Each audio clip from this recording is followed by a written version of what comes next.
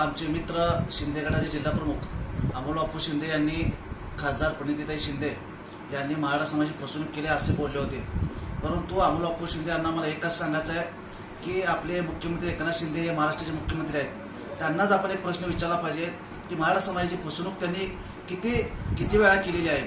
आपल्याला माहीत असेल मनोजदादा जरांगे पाटील यांना मुंबईमध्ये बोलवलं, मुंबईमध्ये अध्यादेश काढला आणि एका आमच्या मराठा समाजाचा अध्यादेश हे फसवणूक करून आणि एका गुलालाचा अपमान त्यांनी केलेला आहे। आपल्याला माहीत असेल कालच अण्णासाहेब पाटील महामंडळाचे अध्यक्ष माननीय नरेंद्र पाटील यांनी सांगितलं ते स्वतः महामंडळाचे अध्यक्ष आहेत। एका रात्रीमध्ये 61 कर्मचारी त्यांनी काढून टाकलेले आहे। तो एक सुट्टीचा दिवस होता, परंतु लोकसभा निवडणुकीमध्ये मराठा समाजाने महाविकास आघाडीला मतदान केलं म्हणून एक प्रकारचा राग या मराठा समाजावर काढण्याचा प्रयत्न करत आहेत।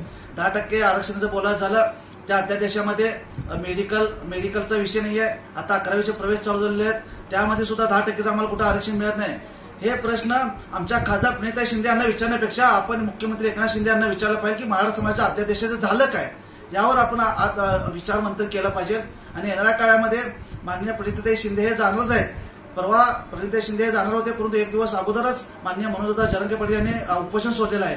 येणाऱ्या काळामध्ये जाणार आहेत, आपण आम्हाला सांगायची गरज नाही आहे की आता प्रणितीताई शिंदे जाणार आहेत, परंतु उद्या आपण दाखवायला नाही पाहिजे की मी बोललो होतो म्हणून प्रणितीताई शिंदे हे तिथे भेटायला गेलेत, असं हे मनातून काढून टाका। बापू मराठा समाजाबद्दल माननीय प्रणितीताई शिंदे यांनी मोहोळ असू दे पंढरपूर असू दे त्या सभेमध्ये सांगितलं की मी मनोज जरांगे पाटील यांच्यामुळे निवडून आले आणि मराठा समाजाचा 100% वाटा काँग्रेस पक्षाला निवडून देण्यामध्ये होता, असं जाहीरपणे सांगणारे एकमेव खासदार म्हणजे प्रणितीताई शिंदे होते। हे मात्र विसरू नका। आमच्या लोकजनसेवा चॅनलला लाईक करा, शेअर करा, सबस्क्राईब करा।